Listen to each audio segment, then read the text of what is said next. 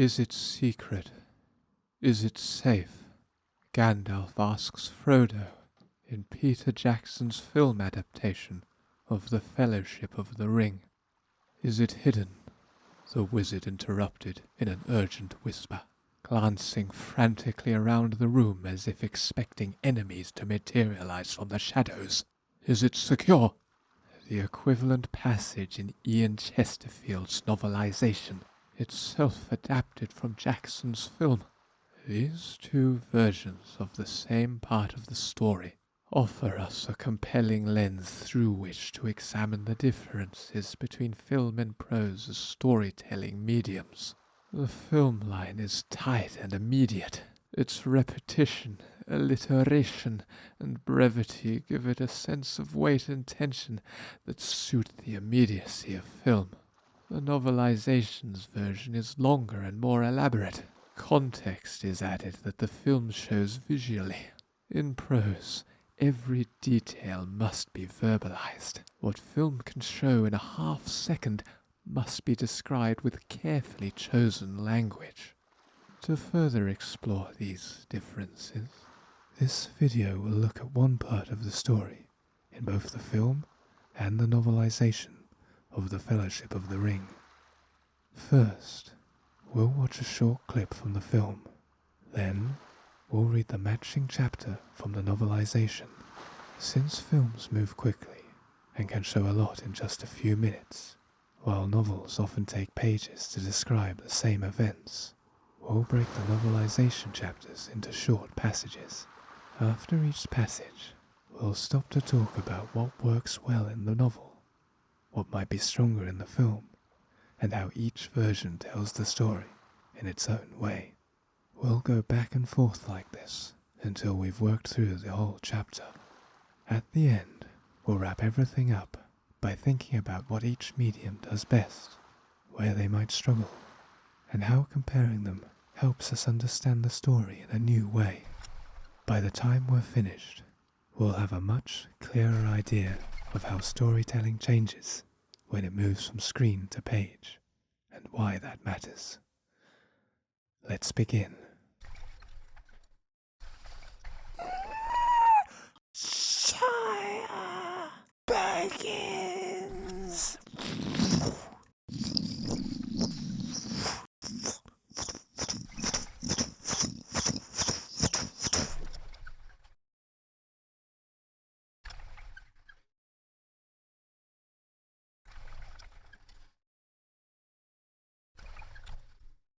The year 3434 of the Second Age. Here follows the account of Isildur, High King of Gondor, and the finding of the Ring of Power. It has come to me, the One Ring. It shall be an heirloom of my kingdom. All those who follow in my bloodline shall be bound to its fate, for I will risk no hurt to the ring. It is precious to me, though I buy it with great pain. The markings upon the band begin to fade. The writing, which at first was as clear as red flame, has all but disappeared, a secret now that only fire can tell.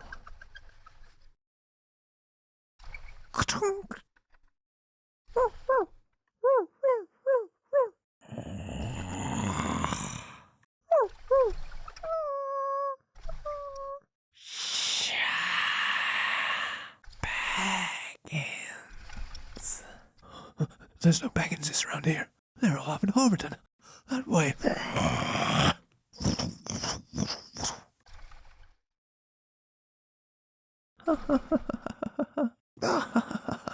Good night.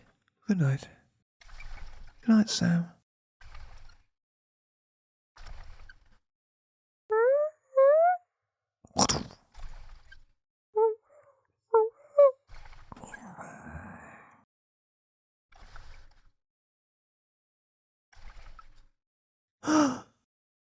Is it secret? Is it safe? Ah! What are you doing?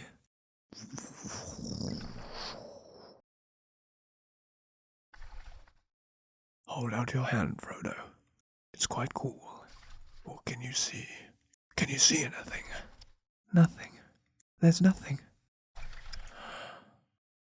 Wait. There are markings. It's some form of Elvish. I can't read it. There are few who can. The language is that of Mordor, which I will not utter here. Mordor? In the common tongue it says, one ring to rule them all, one ring to find them, one ring to bring them all, and in the darkness bind them. Next, we'll read the first passage from the chapter of the novelization, and then compare and analyze the differences. Far to the east, beyond the sheltering mountains and peaceful valleys of the Shire, a different darkness was gathering. In the blasted lands of Mordor, where ash choked the air and nothing green grew, the jagged ruins of Barad-dûr were rising once more from the scorched earth. What had once been merely a shattered foundation was now a growing monstrosity of black stone and cruel iron, reaching ever higher toward the poisoned sky. Thousands of orcs swarmed over its surface like insects, their misshapen bodies heaving great blocks of stone upward on massive pulleys. The sound of their labour, hammers striking metal, whips cracking against flesh, guttural shouts in their harsh tongue, created a constant discordant symphony that echoed across the wasteland. Above the rising tower, a vast cloud of foul black smoke billowed outward, spreading like a disease across the red-streaked sky. It cast a shadowy pale over the nightmarish landscape below, blotting out the feeble light that might have penetrated this realm of darkness. Deep within the dungeon levels of the incomplete fortress, screams echoed through lightless corridors. A voice, once melodious, but now broken by torture and madness, cried out in agony. "Shire!" It wailed. "Baggins!" The information, extracted through unspeakable means, passed upward through the dark hierarchy until it reached those who had been waiting long centuries for just such intelligence. From the dead city of Minas Morgul, where green corpse light flickered in windows like fever dreams, they emerged, 9 horsemen cloaked in black, riding steeds as dark as midnight. No breath fogged the air before their hidden faces as they passed through the gates at terrible speed, an aura of ancient malice flowing from them like a cold tide. They rode westward, driven by a singular purpose, their passage marked by withered grass and animals fallen dead in their tracks. This passage from the novelization showcases the particular strengths and limitations of prose as a medium, especially in contrast to film. As a written work, it wields language not only to convey action and setting, but to create a thick atmosphere of dread and decay that's deeply internalized. The prose isn't simply descriptive, it's evocative, drawing on imagery that layers metaphor and sensory detail to create mood. Phrases like "a growing monstrosity of black stone and cruel iron," or "green corpse light flickered in windows like fever dreams," would be difficult to translate directly to screen without losing some of their abstract menace or psychological weight.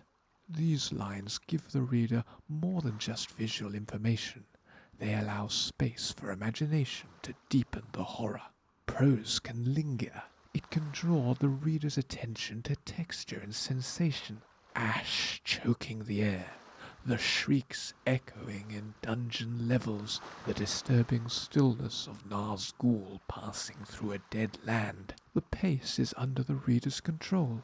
They may pause on a sentence, reread a phrase, or let the rhythm of the words themselves carry emotional impact. The sound of the language, discordant symphony, cruel iron, corpse light flickered, delivers not just content, but cadence. These are not just facts to be taken in, but carefully crafted impressions that manipulate mood. Film can approximate this through score and cinematography, but it cannot duplicate the internalized experience of reading such description. However, this introspective strength is also a weakness in certain respects. A film can make the same world immediate. We see the blasted lands, hear the screams, feel the coldness of the Nazgul's presence, without needing to process symbolic language. Where prose relies on the reader's interpretive effort, film operates with a kind of sensory directness. A sweeping aerial shot of Mordor, or a sudden cut to a pale, trembling animal as the riders pass, communicates information and emotion in seconds. Film can show scale and movement more efficiently, and the impact is often more visceral in the moment. What takes several paragraphs to build in prose, a dark tower rising, orc labor, the passing of the Nazgul, can be established with a handful of tightly edited shots and a sinister musical cue. Let's continue. Gandalf's white horse thundered along the great road to Minas Tirith, its coat lathered with sweat from the punishing pace. The wizard crested a hill on the western approach, reining in briefly to survey the distance ahead. His troubled gaze was drawn inevitably eastward, toward the saw-toothed mountains that ringed the dark land of Mordor. Red lightning flickered among the gathered clouds above those peaks, and even at this distance, the air carried the taint of sulphur and decay. Something evil was stirring again in the black land, something that had long slept but now awakened. With grim determination, Gandalf urged his mount forward, toward the white city that gleamed like a sentinel against the mountain's dark backdrop. Hours later, he made his way through the archives of Minas Tirith, descending into the lower depths of the citadel. The chamber of records was vast and dimly lit, filled with the accumulated knowledge of 3,000 years. Towering shelves of scrolls and leather-bound tomes stretched into the shadows, many untouched for centuries. Dust motes danced in the shafts of light that filtered through high windows as Gandalf moved with purpose among the ancient texts. He placed scroll after scroll on a heavy table, scanning their contents with growing urgency before setting them aside in search of something specific. His movements slowed as his eyes settled on a particular parchment, yellowed with age and fragile to the touch. He leaned closer, weathered fingers tracing lines of faded script as he murmured the words aloud. Year 3434 of the Second Age, he read, his voice barely more than a whisper in the silent chamber. Here follows the account of Isildur, High King of Gondor, and the finding of the Ring of Power. The words transported him across time, to that fateful moment when Isildur, exultant in victory, yet grieving for his fallen father, had stood over the defeated enemy and taken that which should have been destroyed. Gandalf continued reading, the ancient king's words carrying across the millennia. It has come to me, the One Ring. It shall be an heirloom of my kingdom. All that should follow in my bloodline shall be bound to its fate, for I will risk no hurt to the ring. The wizard's expression darkened as he read the next lines, so eerily similar to what he had heard from Bilbo's lips. It is precious to me, though I buy it with great pain. His attention shifted to the margin notes, where Isildur had made additional observations about the ring itself. The markings upon the band begin to fade," he read with growing unease. "The writing, which at first was as clear as red flame, has all but disappeared." The final sentence sent a chill through his ancient bones. "A secret now that only fire can tell." Gandalf looked up from the document, horror dawning in his eyes, as pieces of a terrible puzzle began to align in his mind. This passage of prose showcases many of the strengths of the novelization medium, particularly its ability to dwell in internal landscapes, evoke sensory richness, and unfold exposition with control over pacing.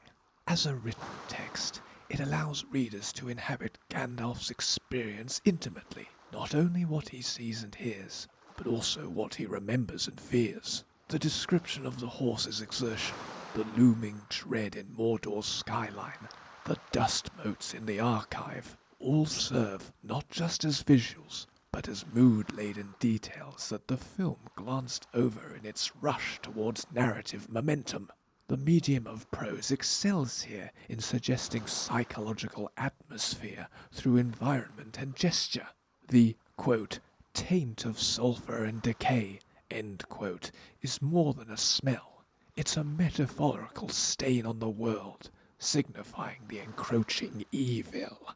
The prose also leverages its advantage in rendering time as something elastic. Gandalf moves physically from road to archive and mentally across thousands of years, transported by words on a page. The phrase, quote, "the words transported him across time," end quote, isn't just poetic flourish.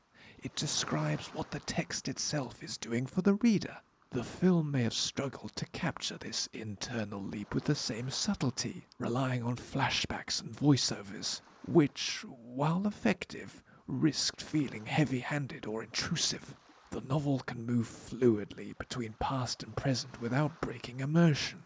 At the same time, the prose bears some of the weaknesses inherent in its form. While rich in atmosphere, it relies heavily on exposition and can be slow by cinematic standards. The passage in the archive, for instance, though full of thematic weight, risks feeling static. It's one old man reading old documents. In the film, this was almost a montage, lasting seconds. In prose, it takes paragraphs. The emotional stakes have to be carried by language alone, without the aid of the actor's performance or cinematography. We can infer Gandalf's growing dread, but we don't see it in his face, or hear it rise in the silence between words, as we did in the film. Let's continue. The late afternoon sun cast long shadows across Farmer Maggot's small homestead in the eastern borders of the Shire.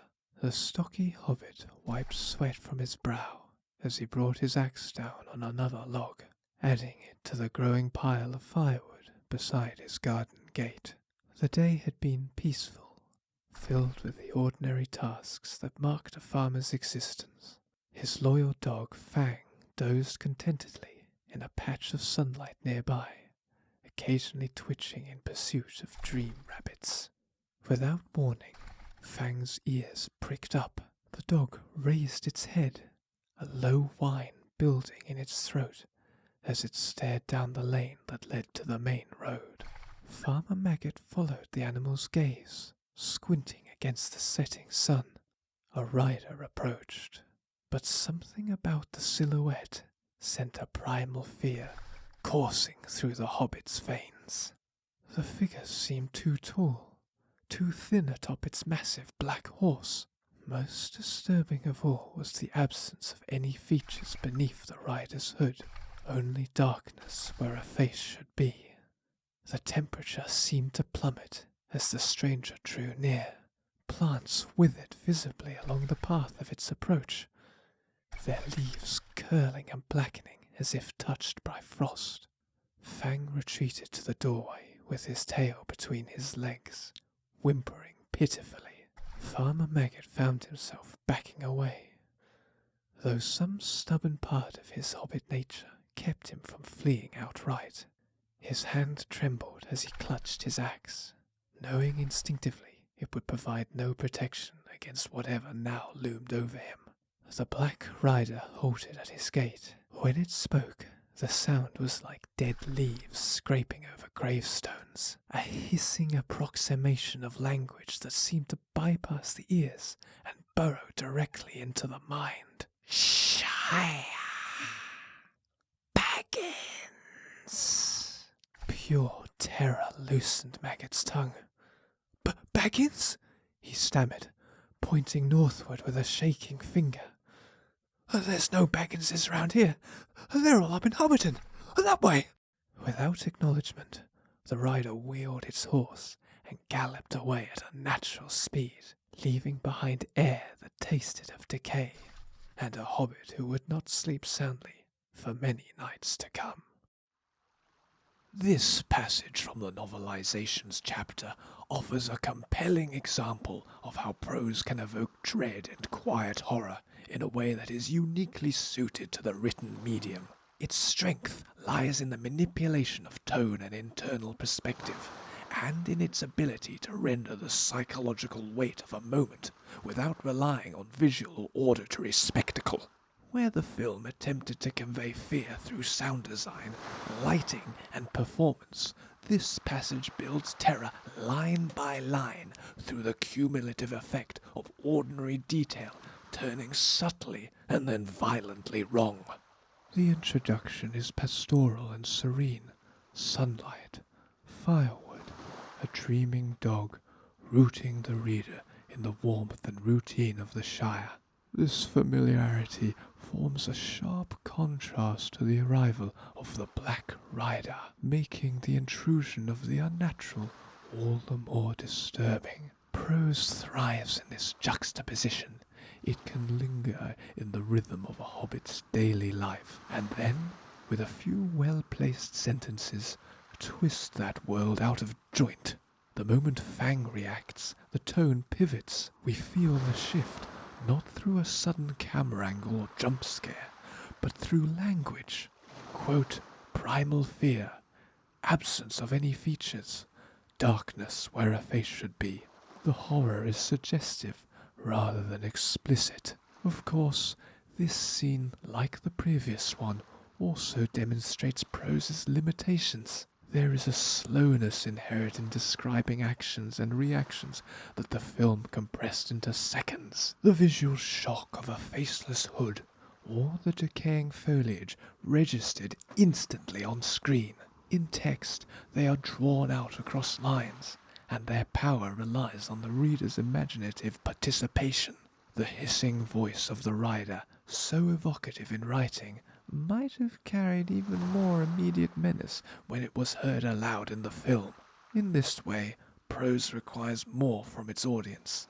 The terror has to be conjured mentally, rather than presented directly. Let's continue. The last patrons of the Green Dragon Inn were making their way to the door. Rosie Cotton, her cheeks flushed from the evening's work, her honey-coloured curls framing her face, stood by the door, bidding each hobbit a pleasant good night. Her smile was warm and genuine, the kind that made the Green Dragon feel like a true home to all who passed through its doors. Samwise Gamgee lingered behind Frodo, his gaze drawn to Rosie like a moth to a flame.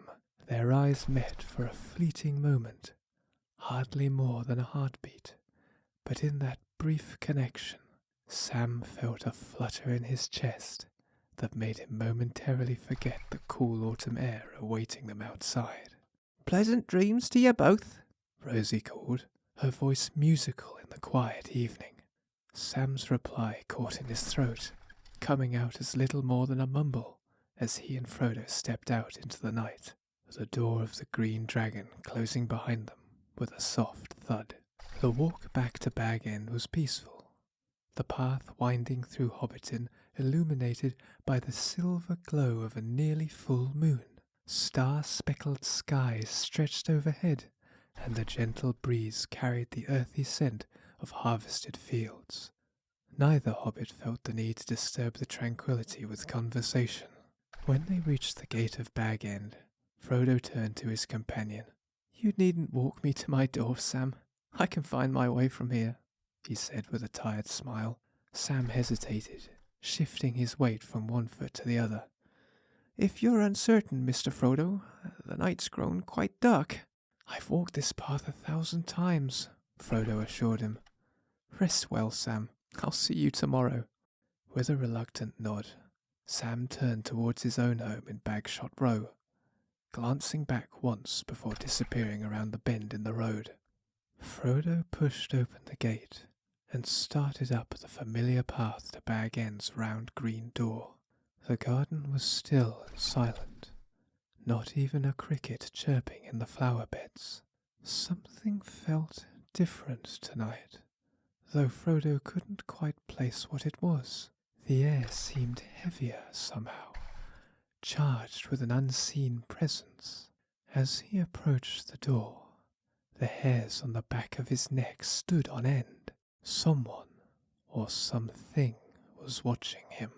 Frodo quickened his pace, fumbling for his key as he reached the door. He pushed it open and stepped inside, immediately pausing in the entryway. Bag End was dark, save for the pale fingers of moonlight that stretched through the windows. Frodo stood motionless, straining his ears against the silence. The hobbit hole felt wrong. The familiar comfort of his home had been replaced by something alien and foreboding. "Hello?" he called uncertainly, his voice sounding small in the darkness. Frodo cautiously moved forward, peering into the shadowed living room. His heart hammered against his ribs as he sensed movement in the blackness. Without warning, a large figure lunged from the shadows, reaching for him with desperate hands. Frodo cried out in alarm, twisting away from the grasp. He stumbled backward, nearly losing his balance as he spun to face his attacker, fists raised in a futile gesture of defense. A shaft of moonlight from the window fell across a familiar face, though one transformed by exhaustion and fear. Wild eyes peered out from beneath bushy brows, and a long, unkempt beard framed a face lined with worry. "Gandalf!" Frodo gasped, his heart still racing. "What in the world—" "Is it hidden?" the wizard interrupted in an urgent whisper, glancing frantically around the room as if expecting enemies to materialize from the shadows. "Is it secure?" Frodo stared at his old friend in bewilderment. Gone was the dignified wizard who had visited mere months ago. This Gandalf was haggard, his robes stained with the dust of many roads, his silver hair and beard tangled and matted. Most disturbing of all were his eyes, filled with a paranoia that bordered on madness. "What are you talking about?" Frodo asked, reaching out to steady the wizard who seemed barely able to stand. "Gandalf, what's happened to you?"